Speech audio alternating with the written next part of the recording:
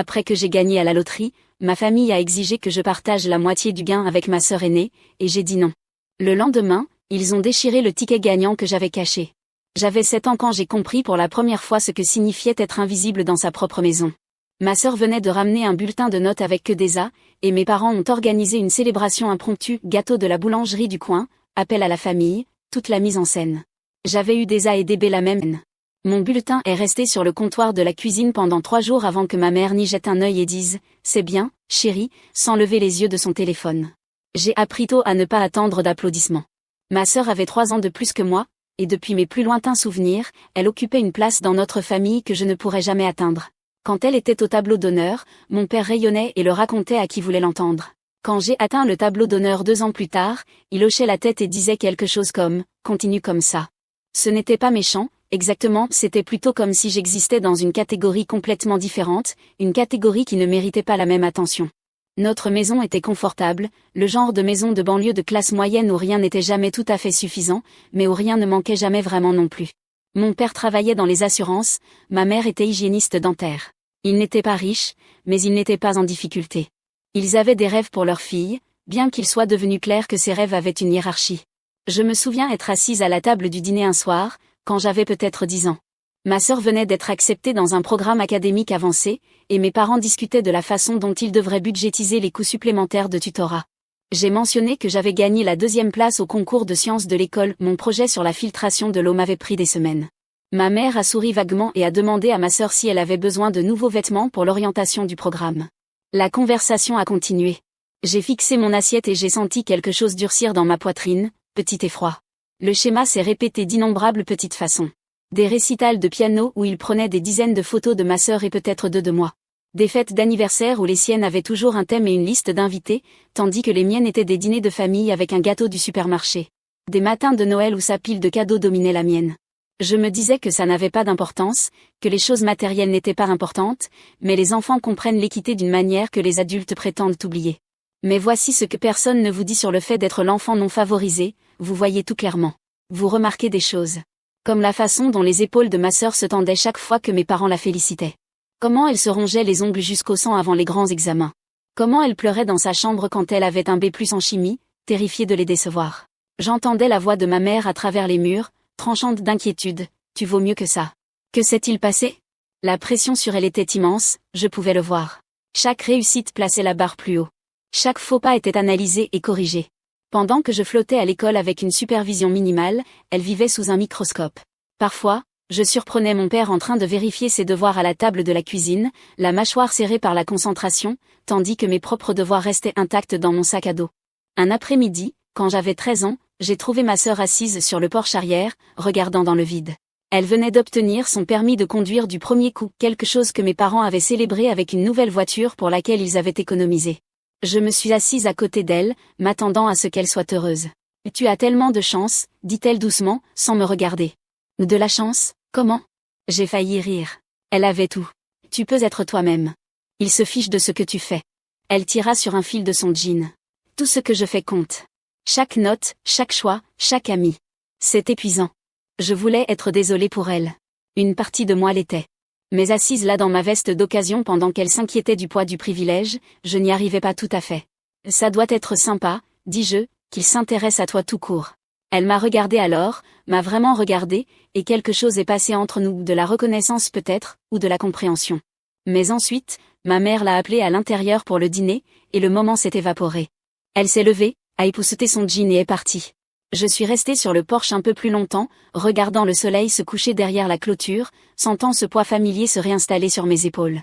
Les années qui ont suivi ont établi un schéma que j'allais connaître intimement. Mes réussites étaient attendues, les siennes étaient célébrées. Mes échecs étaient la preuve de mes limites, les siens étaient des revers temporaires à résoudre avec des ressources et des interventions. J'ai appris à survivre avec des miettes de reconnaissance tandis qu'elle apprenait à se noyer sous les attentes. Nous étions toutes les deux piégées, je suppose, juste dans des cages différentes. Et je mentirais si je disais que je ne me demandais pas parfois ce qui était le pire, être ignoré ou être étouffé. Mais la plupart du temps, je voulais juste qu'il me voie. Me voie vraiment.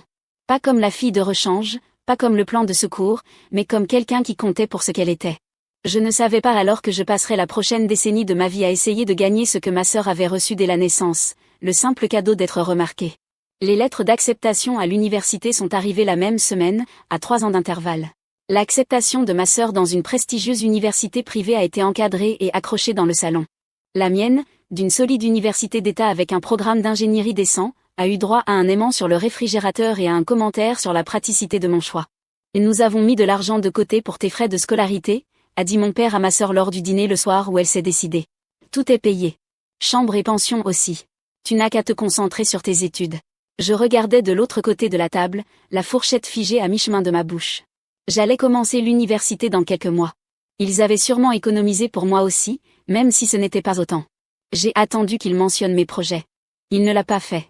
Le lendemain matin, j'ai trouvé ma mère en train de trier des factures dans la cuisine. Mes mains tremblaient quand j'ai demandé, alors, à propos de mes frais de scolarité pour l'année prochaine. Oh, chérie. Elle n'a pas levé les yeux. Tu devras demander des bourses. L'aide financière. Ton père et moi en avons parlé, et avec tes notes, tu devrais pouvoir prétendre à beaucoup d'aide. Le programme de ta sœur est assez cher, tu comprends. Mais je pensais. J'ai arrêté. Que avais-je pensé? Qu'il nous traiterait équitablement? Tu es pleine de ressources, a-t-elle dit. Tu trouveras une solution. J'ai trouvé une solution. J'ai postulé à toutes les bourses que je pouvais trouver et j'ai rassemblé un financement partiel. Pour le reste, j'ai contracté des prêts étudiants avec des taux d'intérêt qui me retournaient l'estomac. Le conseiller de l'aide financière m'a expliqué les conditions de remboursement avec une sympathie bien rodée. 20 ans de paiement. J'aurai 41 ans quand j'aurai enfin fini de payer pour une éducation que ma sœur avait eue gratuitement. Ma sœur a emménagé dans un appartement moderne près du campus avec une colocataire dont les parents possédaient une entreprise de logiciels. J'ai emménagé dans une chambre de dortoir exiguë avec des murs en parpaing et une fenêtre qui ne s'ouvrait pas complètement. Elle postait des photos de son campus, pelouse manucurée, bâtiments historiques, étudiants se prélassant sous les chênes. Mon campus était fonctionnel, efficace, bondé. Je l'aimais quand même, parce qu'il était à moi. La vraie différence m'a frappée lors de ce premier semestre. Pendant que ma sœur assistait à des soirées et rejoignait des sororités, j'ai trouvé un travail dans un restaurant appelé The Riverside Grill. Pas pour de l'argent de poche, pour survivre. Je travaillais le service du soir 4 soirs par semaine et le brunch du week-end, prenant les commandes de familles qui ne me regardaient pas quand elles parlaient, qui laissaient 15% de pourboire et se pensaient généreuses. Mes cours étaient le soir parce que c'était les seules sections qui s'adaptaient à mon emploi du temps. Je servais des tables jusqu'à 22 heures, je retournais au campus en voiture et j'étudiais jusqu'à 2 ou 3 heures du matin. Le café est devenu un groupe alimentaire. Le sommeil est devenu un luxe. Mes yeux brûlaient constamment de fatigue, et j'ai appris à fonctionner avec 5 heures de sommeil par nuit, puis 4, puis tout ce que je pouvais grappiller. Les prêts s'accumulaient. Première année, 15 000. Deuxième année, 18 autres. Les chiffres s'empilaient comme des sacs de sable contre une inondation. Je suis rentrée à la maison pour Thanksgiving lors de notre deuxième année. Ma sœur avait pris du poids, la cafétéria et les pizzas de fin de soirée, plaisantait-elle. Elle avait l'air en bonne santé, reposée. J'avais perdu 12 livres que je ne pouvais pas me permettre de perdre, et il y avait des ombres permanentes sous mes yeux qu'aucun anti-cerne ne pouvait cacher. Tu as l'air fatiguée, a observé ma mère pendant le dîner. Je travaille 40 heures par semaine en plus des cours, ai-je dit platement. Je suis toujours fatiguée. Eh bien, ça forge le caractère, a dit mon père. Ta sœur n'a pas le temps pour un travail avec sa charge de cours. C'est assez exigeant. Je suivais des cours d'ingénierie. Le soir. Après avoir travaillé un service complet. Mais je n'ai pas dit ça. J'avais appris que me défendre ne faisait que me donner l'air sur la défensive. Ma sœur m'a attrapée seule plus tard, alors que je faisais la vaisselle pendant que tout le monde regardait le football. Je sais que ce n'est pas juste, dit-elle doucement. L'histoire de l'argent. Alors pourquoi tu ne dis rien? Je ne me suis pas retournée, j'ai juste continué à frotter une casserole qui était déjà propre. Qu'est-ce que je dirais? Je n'ai pas demandé ça. Tu ne l'as pas refusé non plus. Elle est restée silencieuse un moment. Tu es si indépendante. Parfois, j'aimerais être comme ça. Tracer ma propre voie. Je l'ai enfin regardée. Elle portait un nouveau pull, d'apparence chère. Ses cheveux avaient des mèches faites par un professionnel.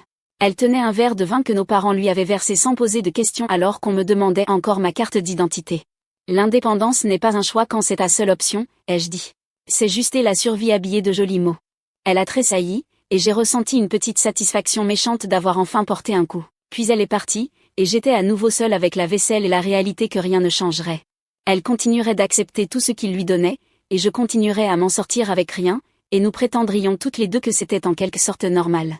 En troisième année, je fonctionnais sur les réserves. Ma moyenne générale se maintenait d'une manière ou d'une autre, mais socialement, j'étais un fantôme. Pas de temps pour les clubs, les fêtes ou les amis. Juste les cours, le travail, les devoirs, le sommeil, et on recommence. Je regardais les autres étudiants vivre l'expérience universitaire dont tout le monde parle, et je me sentais ancienne, déjà vieille à 23 ans. Les prêts continuaient de croître. L'épuisement est devenu chronique. Et à travers tout cela, je me disais que je construisais quelque chose, l'indépendance, la résilience, le caractère. Mais surtout, je ne faisais que construire de la dette et du ressentiment, un service et un plan de paiement à la fois. La remise des diplômes est arrivée et s'est passée avec la disparité habituelle. La cérémonie de ma sœur 3 ans plus tôt avait impliqué un voyage d'un week-end, un bon dîner et un collier de perles. La mienne a eu droit à une carte avec $50 et un « Nous sommes fiers de toi » qui semblait obligatoire. Je m'en fichais désormais. J'avais mon diplôme, ma dette écrasante et une offre d'emploi d'une entreprise d'ingénierie de taille moyenne qui payait $38 000 par an. Ce n'était pas beaucoup, mais c'était à moi. Le bureau se trouvait dans un entrepôt reconverti du centre-ville, tout en briques apparentes et éclairage industriel. Je partageais un îlot de bureau avec 3 autres ingénieurs juniors, et pour la première fois depuis des années, j'avais l'impression de pouvoir respirer. Le travail était simple au début, examiner des plans, faire des calculs, assister les ingénieurs seniors lors des visites de chantier. J'étais douée pour ça. Contrairement à la dynamique familiale, l'ingénierie avait du sens. J'étais là depuis environ 4 mois lorsque j'ai rencontré l'homme d'affaires pour la première fois. Son entreprise rénovait un vieil immeuble commercial en espace polyvalent, et il avait engagé notre cabinet pour l'évaluation structurelle. Il avait le début de la soixantaine, des cheveux gris et des lunettes cerclées de fils de fer, le genre d'homme qui écoutait plus qu'il ne parlait. Lors de notre première réunion sur site, il m'a demandé mon avis sur un problème de mur porteur, et je lui ai donné une réponse honnête qui contredisait l'évaluation initiale de mon superviseur. Mon superviseur m'a lancé un regard noir, mais l'homme d'affaires a hoché lentement la tête. « Montrez-moi vos calculs », a-t-il dit. Je l'ai fait. Il a étudié mes calculs, puis s'est tourné vers mon superviseur. Elle a raison. Nous devrons renforcer cela différemment. Après cela, il a commencé à me demander spécifiquement pour ses projets. Pas les ingénieurs seniors, moi. Il appelait le bureau et demandait si j'étais disponible pour des consultations. Il m'envoyait des questions par courriel directement, valorisant clairement ma contribution. « Vous êtes minutieuse », m'a-t-il dit une fois. « Et vous ne me dites pas seulement ce que je veux entendre. » C'est rare. La reconnaissance était de l'oxygène après des années de suffocation. Quelqu'un voyait mon travail, valorisait ma compétence, me traitait comme si j'avais de l'importance. Je me suis retrouvée à travailler plus dur sur ces projets, à rester tard pour revérifier les calculs, à rechercher de meilleures solutions. Il ne s'agissait pas de l'impressionner, il s'agissait de me prouver à moi-même que je valais l'effort. Mes parents, comme on pouvait s'y attendre, avaient des préoccupations différentes. « Tu vis toujours à la maison ?» a dit mon père un dimanche matin, me prenant en embuscade avec un café et une feuille de calcul imprimée. « Nous devons discuter de ta contribution aux dépenses du ménage. » J'ai regardé les chiffres. Il voulait $400 par mois de loyer, plus les charges et l'épicerie. Ma sœur vivait ici gratuitement quand elle débutait, ai-je dit prudemment. Ta sœur était en 3e cycle, est intervenue ma mère. C'est différent. Elle travaillait à temps partiel dans une boutique, pour le plaisir. Elle s'établissait. Le ton de mon père suggérait que la discussion était terminée. Nous ne demandons pas grand-chose. Juste ta juste part. Ma juste part. J'avais payé mes propres études pendant qu'il finançait l'intégralité de l'éducation de ma sœur. J'avais travaillé 40 heures par semaine pendant qu'elle s'inscrivait dans des sororités. J'avais obtenu mon diplôme avec $38 000 de dette alors qu'elle l'avait obtenu sans dette. Et maintenant, il voulait ma juste part. Je l'ai payé. Non pas parce que c'était juste, mais parce que je n'avais nulle part où aller pour l'instant. Mon salaire couvrait à peine les remboursements de prêts, le loyer et les besoins de base. Économiser pour une caution prendrait des mois. Alors je suis restée dans ma chambre d'enfant, qui me coûtait maintenant $400 par mois, et j'ai senti le ressentiment se cristalliser en quelque chose de plus dur. Ma sœur, pendant ce temps, était revenue vivre à la maison après avoir obtenu son diplôme. Elle se cherchait, ce qui signifiait apparemment travailler à temps partiel dans une boutique et passer le reste de son temps sur les réseaux sociaux, à soigner ce qu'elle appelait sa marque personnelle. Elle ne payait rien. Quand je l'ai fait remarquer à ma mère, elle a dit « Ta sœur traverse une période de transition. Toi, tu es établie dans ta carrière. » Établie. J'avais 24 ans, je gagnais à peine assez pour survivre et je croulais sous les dettes. Mais bien sûr, établie. L'homme d'affaires a remarqué le stress. Lors d'une visite de chantier de routine, il m'a demandé si je dormais suffisamment. J'ai ri et je lui ai dit que le sommeil était un luxe. Il n'a pas insisté, mais plus tard cette semaine-là, il m'a envoyé un courriel à propos d'une opportunité de consultation, un projet parallèle que son entreprise développait. La rémunération était modeste mais significative pour moi. « Vous avez un bon instinct », a-t-il écrit. « J'ai confiance en votre jugement. » Intéressé ? Je l'étais. Pas seulement pour l'argent, même si Dieu sait que j'en avais besoin, mais pour la validation. Quelqu'un croyait suffisamment en mes compétences pour m'embaucher indépendamment. Le travail n'était pas de la charité, c'était de la consultation légitime. J'ai dit oui immédiatement. Ce revenu supplémentaire est devenu mon fonds d'évasion. Chaque dollar dont je n'avais pas absolument besoin allait sur un compte séparé, caché à la vue de mes parents. Lentement, le nombre a augmenté. 200. 500. 1000. Je le regardais s'accumuler avec la même attention fervente que j'avais autrefois accordée au solde de mon prêt étudiant, sauf que cette fois, le nombre représentait la liberté. À la maison, la dynamique s'est détériorée. La période de transition de ma sœur s'est étirée sur des mois. Elle dormait jusqu'à midi, passait ses après-midi dans des cafés à prendre des photos filtrées de lattes qu'elle payait avec la carte de crédit de mes parents, et se plaignait de la difficulté à trouver un travail qui ait du sens. Elle vivait comme une héritière dans une maison que nos parents pouvaient à peine entretenir. Et moi, je payais le loyer. Je payais pour l'épicerie. Je payais ma juste part. Je renforçais ma compétence par le travail et mon fonds d'évasion par pure volonté obstinée. Et j'attendais le jour où j'aurais économisé suffisamment pour partir pour de bon. Une année s'est écoulée dans un brouillard de plans et de paiement de loyer. J'ai eu 25 ans en mars, j'ai célébré avec un cupcake de la salle de pause du bureau et un texto de ma sœur me demandant si je pouvais couvrir son assurance auto. J'ai dit non. C'était étonnamment agréable. Le travail de consultation avec l'homme d'affaires s'était développé régulièrement. Ce qui avait commencé comme des projets parallèles occasionnels était devenu un revenu fiable. Plus important encore, cela m'avait montré que j'étais douée pour ça. Pas seulement compétente, vraiment douée. Vous devriez penser à vous mettre à votre compte, m'a-t-il dit un après-midi d'avril. Nous examinions les plans d'un développement résidentiel dans son bureau. Lancez votre propre cabinet de conseil. J'ai ri. Avec quel capital ? Je rembourse encore mes prêts étudiants. Vous n'avez pas besoin de grand-chose pour commencer. Une licence professionnelle, une assurance, peut-être un site web. Votre réputation fera le reste. Il s'est appuyé contre son bureau. Je serai votre premier client. Je vous recommanderai à mon réseau. Vous avez les compétences, il vous suffit de parier sur vous-même. L'idée a immédiatement germé. Ma propre entreprise. Mes propres clients. La liberté de m'affranchir de la routine du 9 à 5. La capacité de choisir mes projets, de fixer mes tarifs, de construire quelque chose qui m'appartiendrait entièrement. J'ai passé 3 semaines à élaborer un plan d'affaires. Pas une vague ébauche, mais un vrai plan de dépenses prévisionnelles, clients potentiels, stratégie marketing, délai de rentabilité. J'ai fait des recherches sur la création d'une SARL, l'assurance et la tarification. Je suis resté éveillé jusqu'à 2 ou 3 heures du matin, à faire des calculs et à affiner les projections. Les coûts de démarrage étaient modestes. 5 000 $ pour les 6 premiers mois. J'avais 2 000 $ d'économie. Il m'en fallait 3 000 de plus.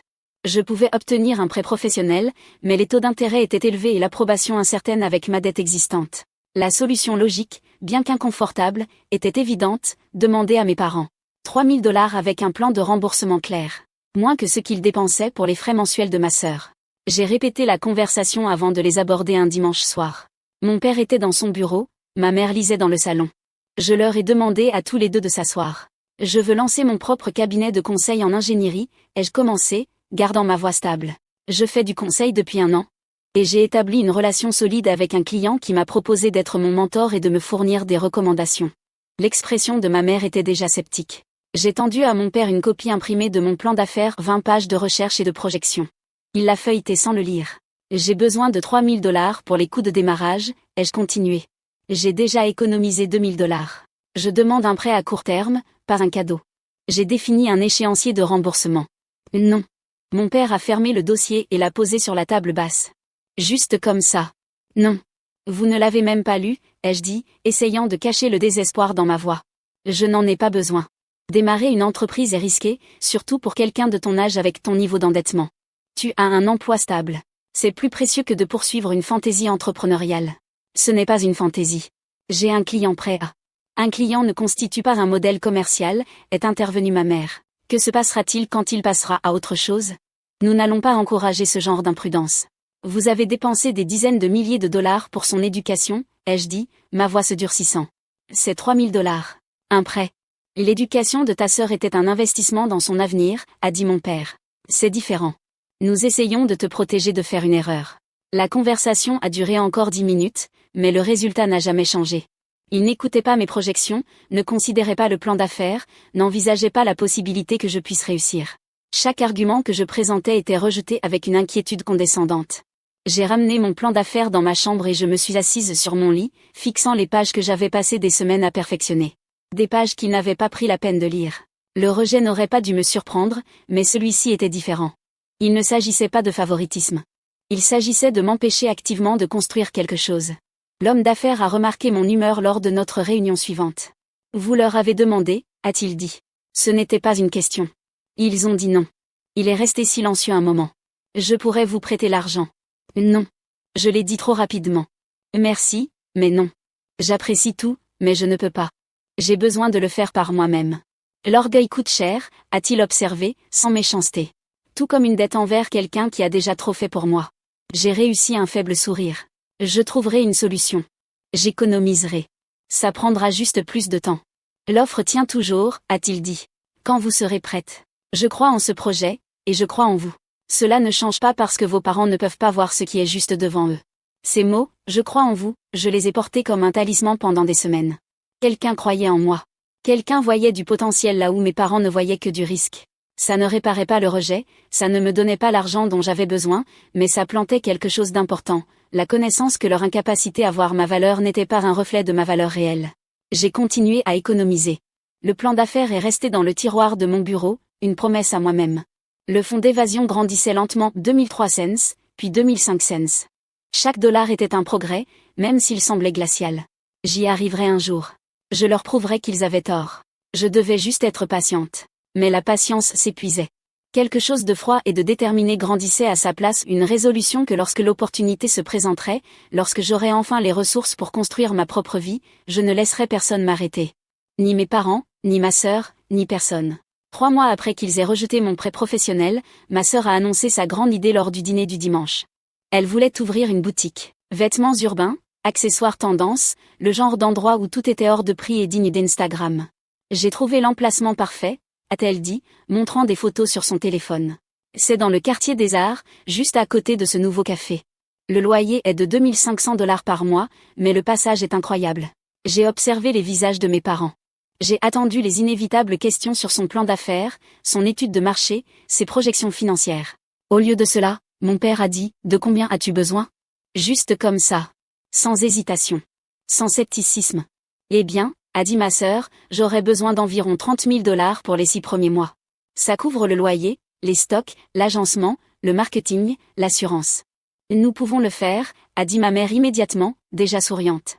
J'ai posé ma fourchette avec précaution. 30 000 $. C'est une bonne opportunité, a dit mon père, sans me regarder. Ta sœur a une vision. Nous voulons soutenir ça. J'ai demandé 3 000 $. Pour une entreprise que j'avais déjà étudiée, avec un client prêt à m'embaucher. Vous avez dit non. Le silence s'est abattu sur la table. L'enthousiasme de ma sœur s'est légèrement atténué. Le sourire de ma mère s'est crispé. C'est différent, a dit ma mère. Ta sœur a un plan complet. Elle vient d'avoir cette idée il y a quelques semaines. J'ai travaillé sur mon plan pendant des mois. Ne ramenons pas ça à toi, a dit mon père sèchement. Nous discutons de l'opportunité de ta sœur. Peux-tu être heureuse pour elle, juste pour une fois? J'ai regardé ma sœur. Elle a croisé mon regard une brève seconde, et je l'ai vue, la culpabilité, la conscience, le savoir que c'était injuste. Mais elle n'a rien dit. Elle ne disait jamais rien.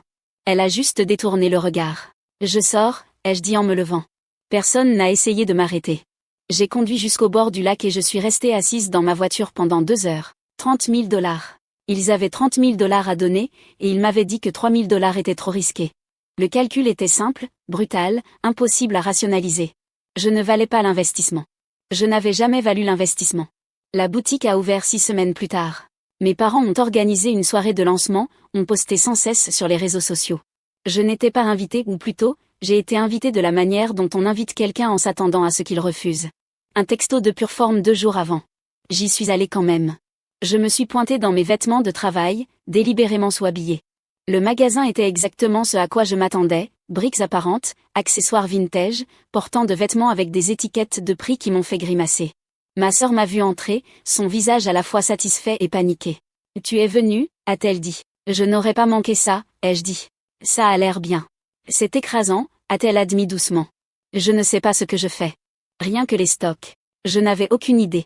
Et les paiements des fournisseurs, la planification, le marketing. Tu pourrais embaucher de l'aide. Avec quel argent? La plupart de ce qu'ils m'ont donné est déjà parti. Tout a coûté plus cher que je ne le pensais. Elle a ri nerveusement. Je n'arrête pas de penser qu'ils vont réaliser que j'échoue et être tellement déçue. J'ai presque eu pitié d'elle. Presque. Mais ensuite je me suis souvenu de mon plan d'affaires non lu, je me suis souvenu d'avoir travaillé 40 heures par semaine à l'université pendant qu'elle s'inscrivait dans des sororités. Tu aurais dû mieux planifier, ai-je dit. Je sais. Sa voix était faible. C'est juste que... Parfois j'ai l'impression que peu importe ce que je fais, ce n'est jamais assez bien pour eux. Ça doit être sympa, ai-je dit, d'échouer vers le haut avec un coussin de 30 000 $. Elle a tressailli comme si je l'avais giflée. J'ai pris une coupe de champagne et je suis partie.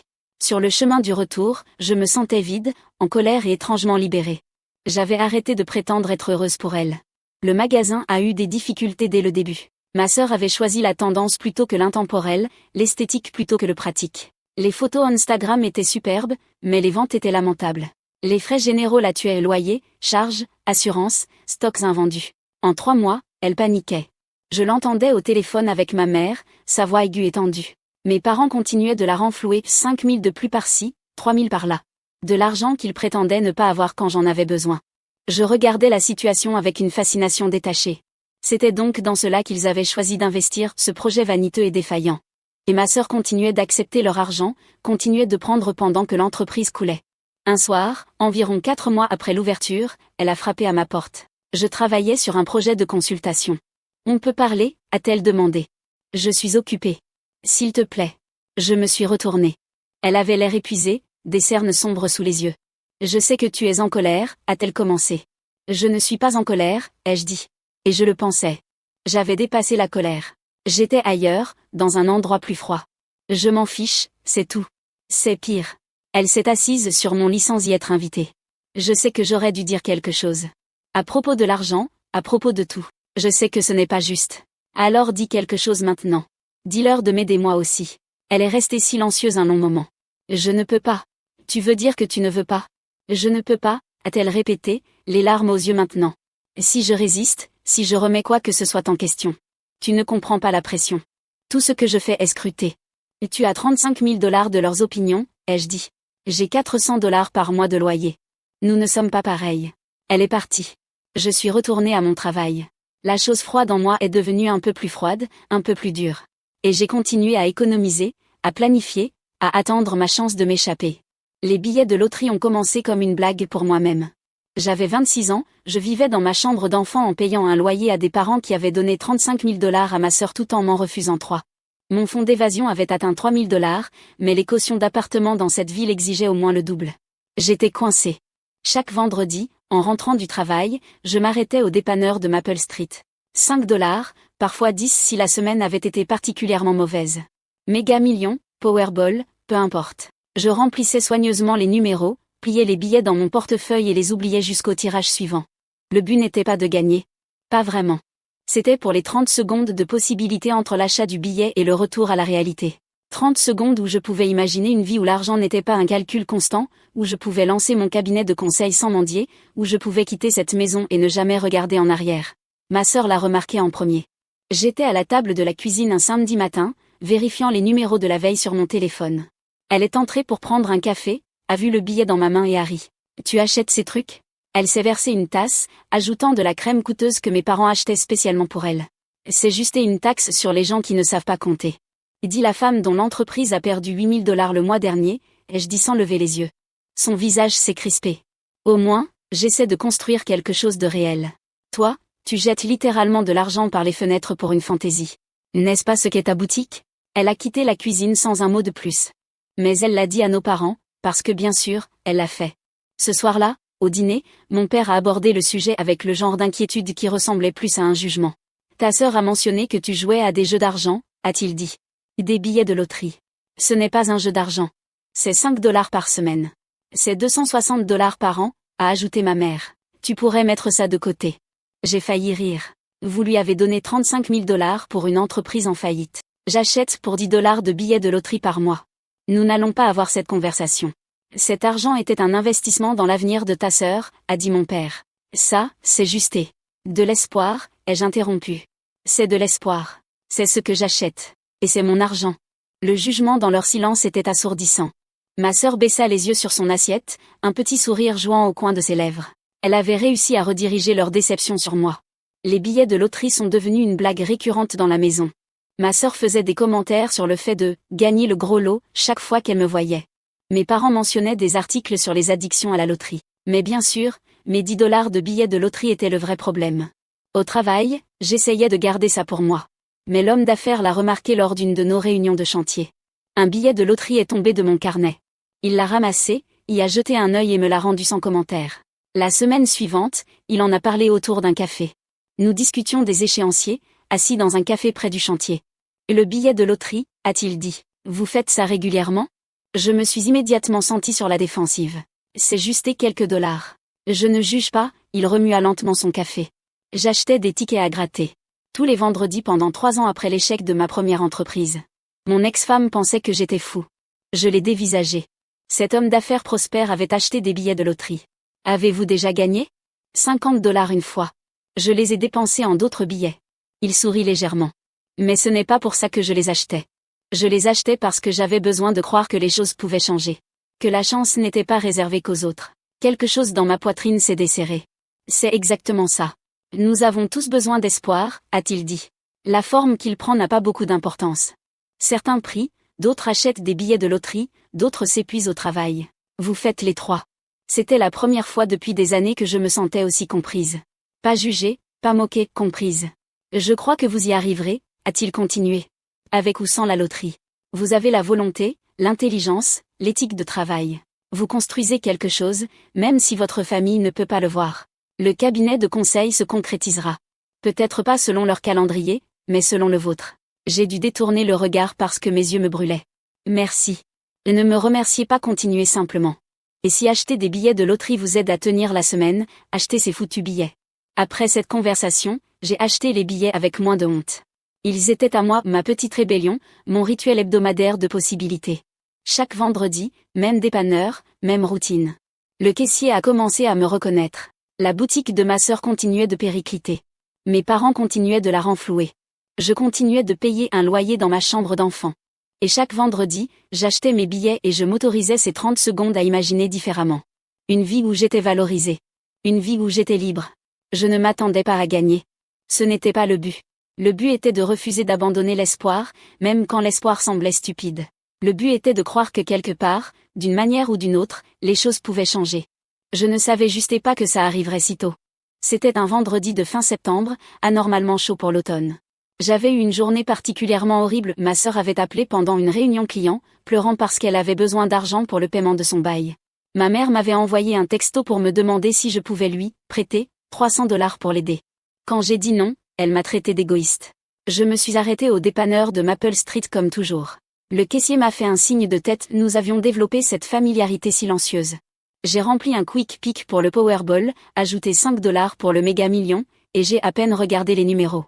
À la maison, ma sœur était dans le salon sur son ordinateur portable, probablement en train de mettre à jour l'Instagram de sa boutique. Mes parents étaient dans la cuisine à discuter de leur fonds de retraite qui diminuait, des conversations qui revenaient toujours à la façon dont le magasin de ma sœur allait bientôt redresser la barre. Je suis allée dans ma chambre, j'ai essayé de me concentrer sur un projet de consultation. Impossible. Les textos de ma mère continuaient d'arriver. Ta sœur a vraiment des difficultés. Nous devons tous nous serrer les coudes. Ce n'est que 300 dollars. Vers 20h, j'ai abandonné et j'ai allumé la télé. Le tirage de la loterie passait, un bruit de fond pendant que je faisais défiler les offres d'emploi. Les numéros ont commencé à apparaître et, par habitude, j'ai sorti le billet de Powerball de mon portefeuille. Le premier numéro correspondait. Le deuxième. Le troisième. Le quatrième. Mon cœur s'est mis à battre la chamade. Le 5e numéro. Le 6e. Les 6 numéros. Correspondance parfaite. 3 millions de dollars. J'ai regardé la télé, puis le billet, puis à nouveau la télé.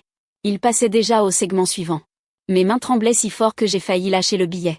3 millions de dollars. Mon premier instinct a été de crier, de descendre en courant et de le dire à tout le monde. Mais quelque chose m'a arrêté. Peut-être que c'était les mois passés à être rejetés et moqués.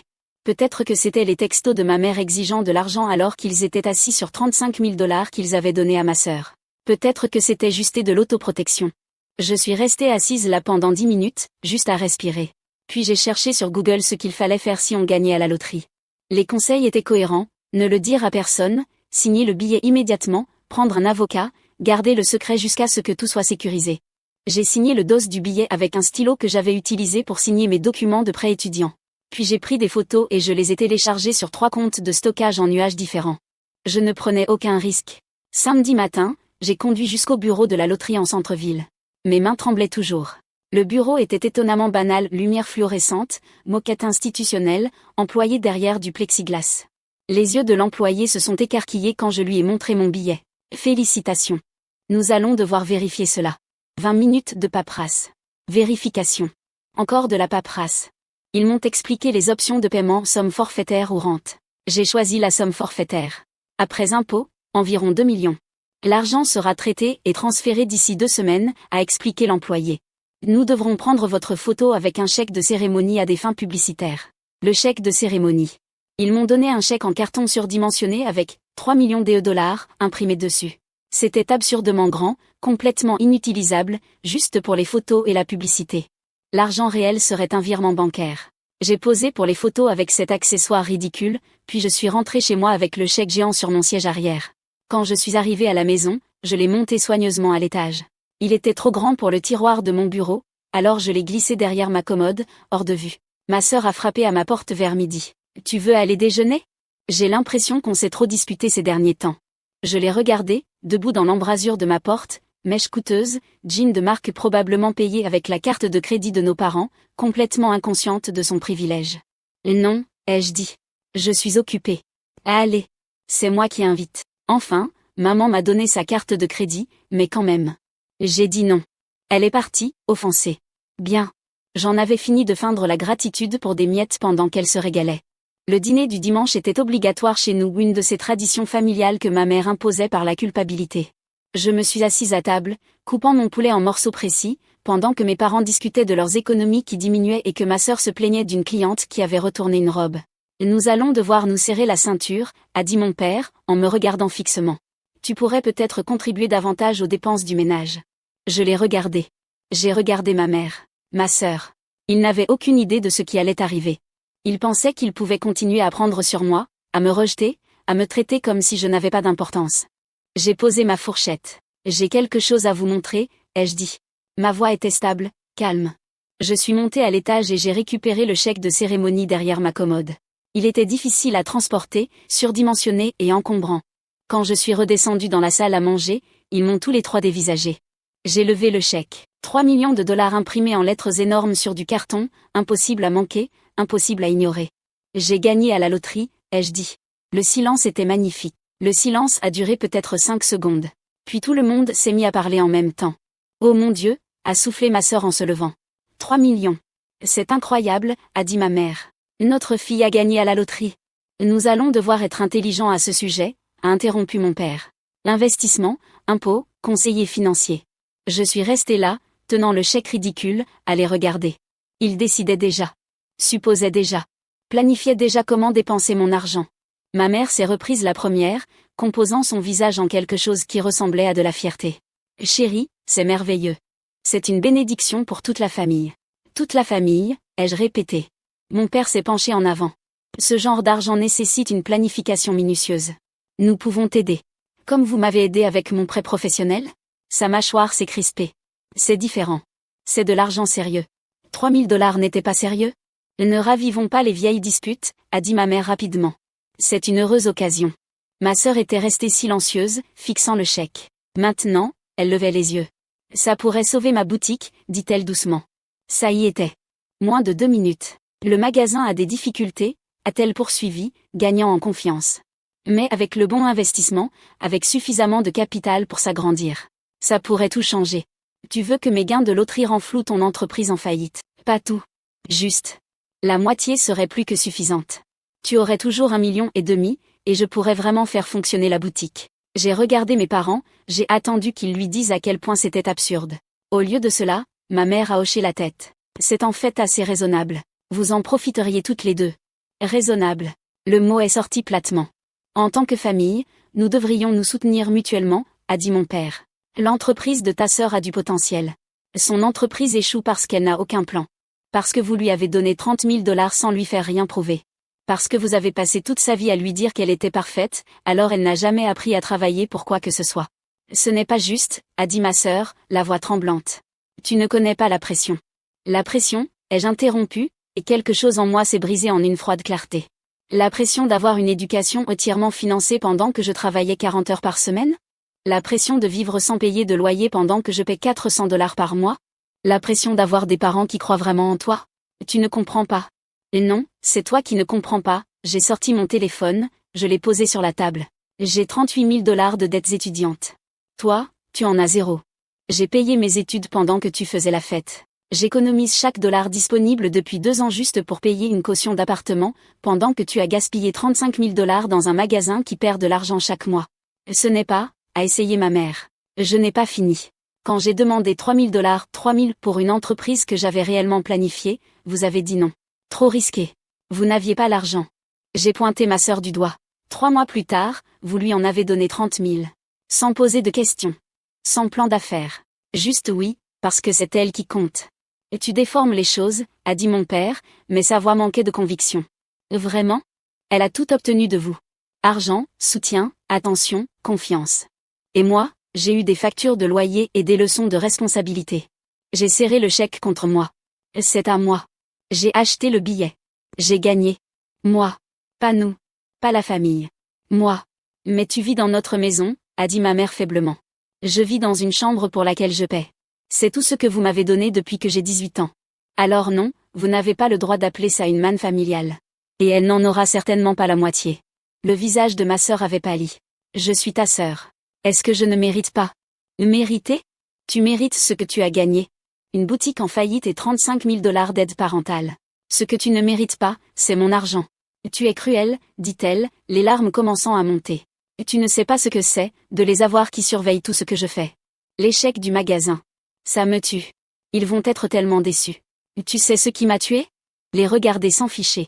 Les regarder ignorer chaque réussite, rejeter chaque rêve, me dire que mon entreprise ne valait pas 3 000 $ tout en jetant de l'argent sur la tienne. Tu veux parler de pression? Essaie de n'avoir personne qui croit en toi. Essaie d'être invisible dans ta propre famille. Et nous t'avons toujours, a commencé ma mère, vous l'avez toujours choisie elle. À chaque fois. De toutes les manières. Et maintenant vous voulez que je la choisisse aussi. Que je lui donne la moitié de la seule chose chanceuse qui me soit jamais arrivée. J'ai fait une pause. Non. Si tu ne partages pas avec ta sœur, a dit mon père, sa voix froide maintenant, il y aura des conséquences. Tu devras trouver un autre endroit où vivre. Je l'ai regardé. Cet homme qui me mettrait à la porte pour de l'argent auquel il estimait avoir droit. Et très bien, ai-je dit. Je comptais déménager de toute façon. Maintenant, je peux me le permettre. J'ai monté le chèque à l'étage, j'ai fermé ma porte et je l'ai verrouillé. Derrière, je pouvais entendre des voix élevées, des disputes, ma sœur qui pleurait.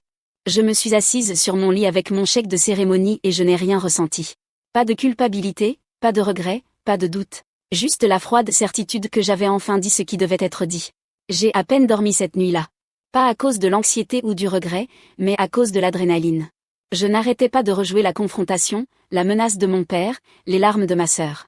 Rien de tout cela ne m'émouvait. C'était fini. Vers 2 heures du matin, j'ai commencé à chercher des appartements en ligne. Des 2 pièces dans des quartiers décents, des endroits avec de vraies cuisines. Des endroits où je ne paierais pas de loyer à des gens qui en voulaient à mon existence. J'ai mis cette annonce en favori. J'ai dû m'endormir vers 4 heures parce que je me suis réveillée avec la lumière du soleil et des voix en bas. Des voix en colère. La défensive de ma sœur, les interjections tranchantes de ma mère. Ils se disputaient encore à propos de l'argent. Je me suis habillée lentement, jean, chemise, bottes de travail. Si on me mettait à la porte, je serais prête. J'ai emballé mon ordinateur portable, mes documents importants, la bague de ma grand-mère. L'essentiel tenait dans mon sac de travail. Quand je suis enfin descendue vers 9 heures, la maison était calme. Trop calme. Le silence semblait calculé. J'ai marché vers la salle à manger et je me suis arrêtée dans l'embrasure de la porte. Ils étaient tous là. Mon père, ma mère, ma sœur. Assis à la table comme des juges, et sur la table devant eux. Le chèque. Déchiqueté en des dizaines de morceaux, éparpillés comme des confettis. J'ai regardé. Les bandes de carton avec des fragments de lettres. 3 millions déchirés en TRIS et MILIONS. Ma sœur tenait les ciseaux comme un trophée, ses yeux brillants de quelque chose qui ressemblait à de la victoire. Il y avait de la folie dans son expression, du désespoir déguisé en pouvoir. Nous n'allons pas te laisser déchirer cette famille, a dit mon père. Si tu ne partages pas avec ta sœur, alors personne n'aura l'argent. C'est de ta propre faute, a ajouté ma mère. Tu nous as forcés à faire ça. Je ne pouvais pas parler. Je suis restée là, regardant le chèque détruit, le visage triomphant de ma sœur. Ils pensaient qu'ils avaient gagné. Ils pensaient vraiment. Le rire a commencé petit, juste un souffle, puis il a grandi. J'ai essayé de l'arrêter, j'ai mis ma main sur ma bouche, mais il continuait de sortir. Un rire réel, authentique, presque hystérique. Le genre qui vous fait pleurer. Qu'est-ce qui est si drôle, a exigé mon père, sa voix perdant de son assurance. Je ne pouvais pas répondre. Je riais trop fort, les larmes coulant sur mon visage. Je me suis penchée en deux, les mains sur les genoux, essayant de reprendre mon souffle. Chaque fois que je regardais leur visage confus, je riais plus fort. Arrête, a dit ma sœur, mais il y avait un tremblement dans sa voix maintenant. Je me suis redressée, en essuyant mes yeux. Vous avez détruit le chèque de cérémonie. Le faux. L'accessoire en carton qu'il vous donne pour les photos. La couleur a quitté le visage de ma sœur. Elle a baissé les yeux sur les ciseaux, puis sur le chèque détruit, puis à nouveau sur moi. Non, a-t-elle murmuré. C'était juste du carton, ai-je continué. Un accessoire. Vous avez détruit un morceau de carton sans valeur. Mon père s'est levé brusquement. Tu mens. Vraiment? J'ai sorti mon téléphone, je leur ai montré la paperasse officielle, le courriel de confirmation, le calendrier de dépôt. 2 millions de dollars, après impôt. Virement direct. Ça devrait arriver sur mon compte d'ici vendredi prochain. Le vrai billet a été traité il y a 2 jours. Ma mère a poussé un son semblable à celui d'un animal blessé. Mais nous. J'ai dit que j'avais gagné 3 millions de dollars. Je n'ai pas dit que ce chèque était le prix réel. C'est ce qu'il vous donne pour la photo. L'argent réel est déjà à moi. Ma sœur a lâché les ciseaux. Ils ont cliqueté contre la table. Ce n'est pas juste, dit-elle, la voix étranglée par les larmes. Tu nous as piégés. Je ne vous ai pas piégé. Vous avez supposé. Vous êtes devenu avide, vindicatif et stupide. Vous avez détruit quelque chose sans savoir ce que c'était. Tu nous as laissés, a commencé mon père. Je vous ai laissé montrer exactement qui vous êtes. Je vous ai laissé prouver que lorsque vous ne pouvez pas me contrôler, vous essayez de me blesser à la place. Merci d'avoir rendu les choses plus faciles.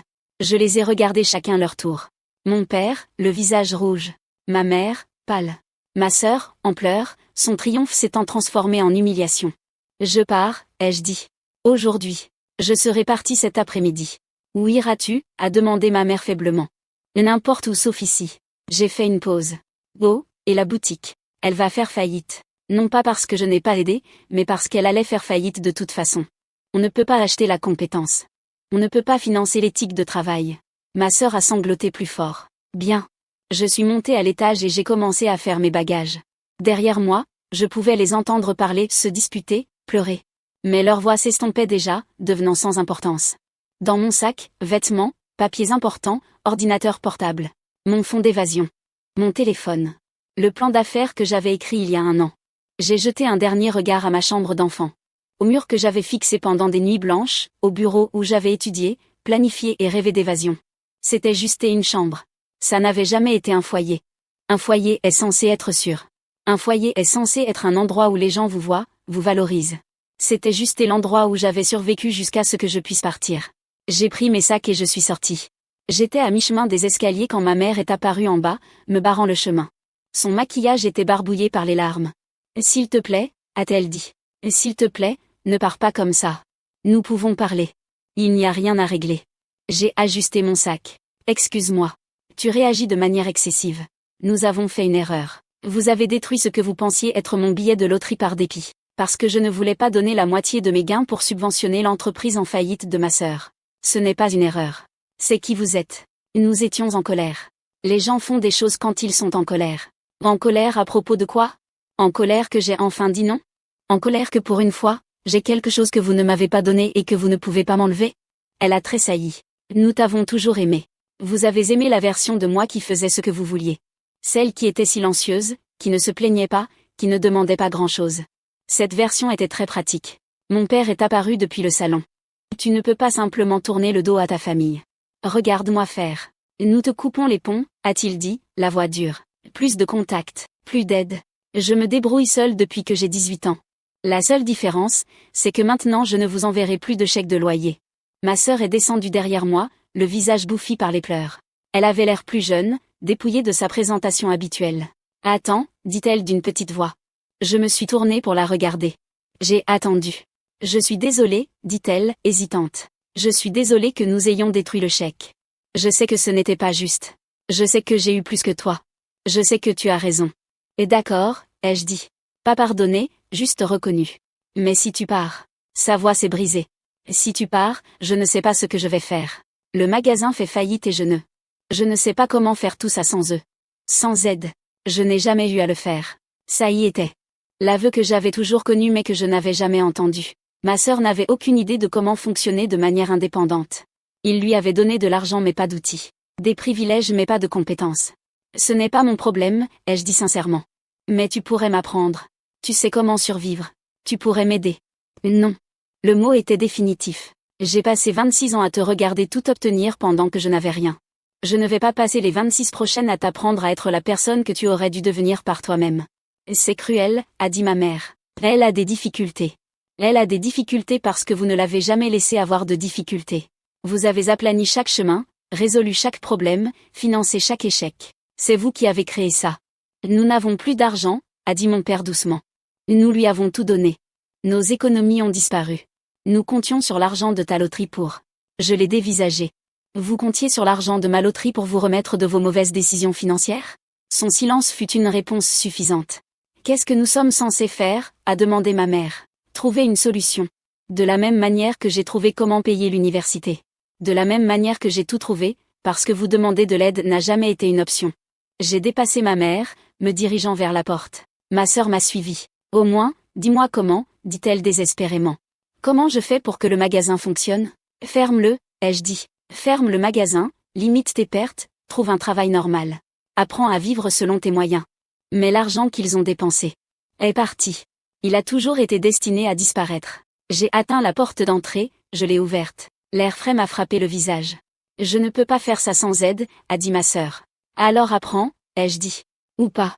Quoi qu'il en soit, ce n'est plus mon problème. Tu pars vraiment, a dit mon père. Vraiment. Je me suis retournée une dernière fois. Pour ce que ça vaut, j'espère que vous trouverez une solution.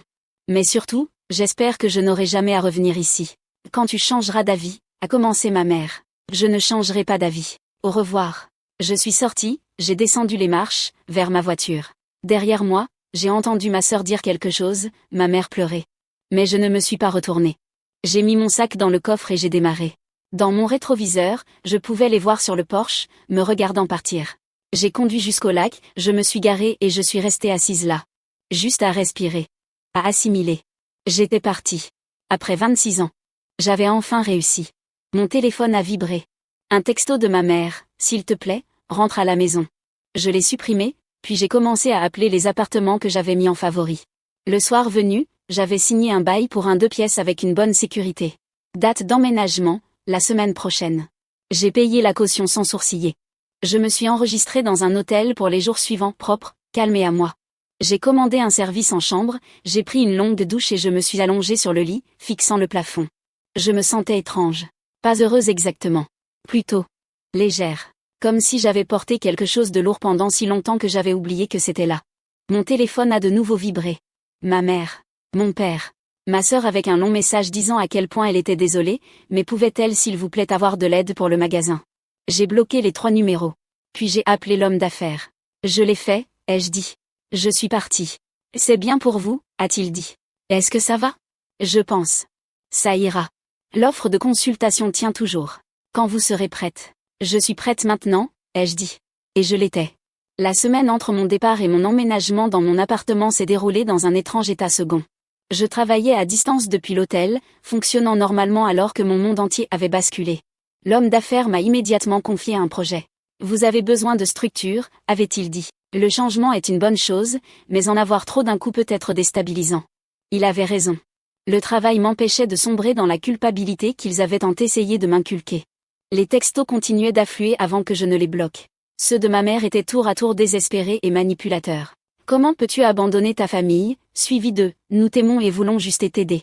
Ceux de mon père étaient plus courts, plus colériques. Tu le regretteras. Je les ai sauvegardés avant de les bloquer. Non pas pour les relire, mais comme preuve. La preuve que je n'étais pas folle, que ma décision était la bonne. Les messages de ma sœur passaient par différentes émotions. D'abord plein d'excuses. Je sais que j'ai tout gâché. Puis désespéré. Le magasin coule plus vite, puis colérique. Tu joues toujours à la victime. Puis de nouveau désespéré. S'il te plaît. Je me noie. Je n'ai répondu à aucun d'eux. J'ai bloqué leur numéro le 3e jour. Le déménagement a été simple. La plupart de mes affaires tenaient dans ma voiture en 2 voyages. L'appartement était au 4e étage, un logement d'angle, avec des fenêtres qui s'ouvraient vraiment et laissaient entrer la lumière naturelle du soleil. Du parquet, une cuisine fonctionnelle, une salle de bain qui n'appartenait qu'à moi. Je me tenais dans le salon vide ce premier jour et j'ai senti quelque chose se fendre dans ma poitrine. Pas se briser, s'ouvrir. J'ai acheté des meubles lentement, délibérément. Un canapé qui me plaisait vraiment. Un bureau pour mon bureau à domicile. Un cadre de lit qui ne grinçait pas. Chacun d'eux ressemblait à une déclaration, c'est à moi. L'argent de la loterie est arrivé sur mon compte comme prévu. 2 millions, moins les impôts. J'ai contacté un conseiller financier immédiatement. En une semaine, j'avais une stratégie d'investissement. La moitié est allée dans des investissements prudents. Un quart en épargne. Le reste était du fonds de roulement. J'ai remboursé mes prêts étudiants en une seule transaction. 38 000 $, partis en quelques secondes. J'ai regardé le solde tomber à zéro et j'ai pleuré. Des larmes de soulagement. Le poids que j'avais porté pendant 8 ans, disparu. 3 semaines après mon départ, un nouveau numéro a commencé à appeler. J'ai répondu une fois, stupidement pleine d'espoir. C'était ma sœur. Ne raccroche pas. S'il te plaît, écoute-moi. J'aurais dû raccrocher. Au lieu de cela, j'ai attendu. Ils me rejettent la faute, dit-elle en pleurant. Maman et papa. Ils disent que la boutique a échoué parce que je n'ai pas assez essayé, parce que j'ai refusé d'apprendre. Ils disent que si j'avais été plus comme toi. Sa voix s'est brisée. Ils disent vraiment que j'aurais dû être plus comme toi. Je pouvais le croire. Quand l'enfant prodige tombait, il fallait bien que quelqu'un porte le chapeau. Ils ne veulent plus m'aider, a-t-elle continué. Je leur ai demandé de couvrir le loyer du magasin le mois prochain et ils ont dit non. Ils ont dit que je devais me débrouiller seule, comme tu l'as fait. Mais je ne sais pas comment. Ce n'était pas juste quand tu avais tout et que je n'avais rien, ai-je dit platement. Mais tu t'en fichais à l'époque. J'étais jeune. Je ne comprenais pas. Tu as 29 ans. Tu comprenais. Tu t'en fichais, c'est tout, parce que ça t'arrangeait. Comment as-tu eu ce numéro? J'ai fouillé dans le téléphone de maman. S'il te plaît, tu dois m'aider. Bien. Perds tout. Apprends ce que ça fait. Peut-être que ça t'apprendra quelque chose. J'ai raccroché.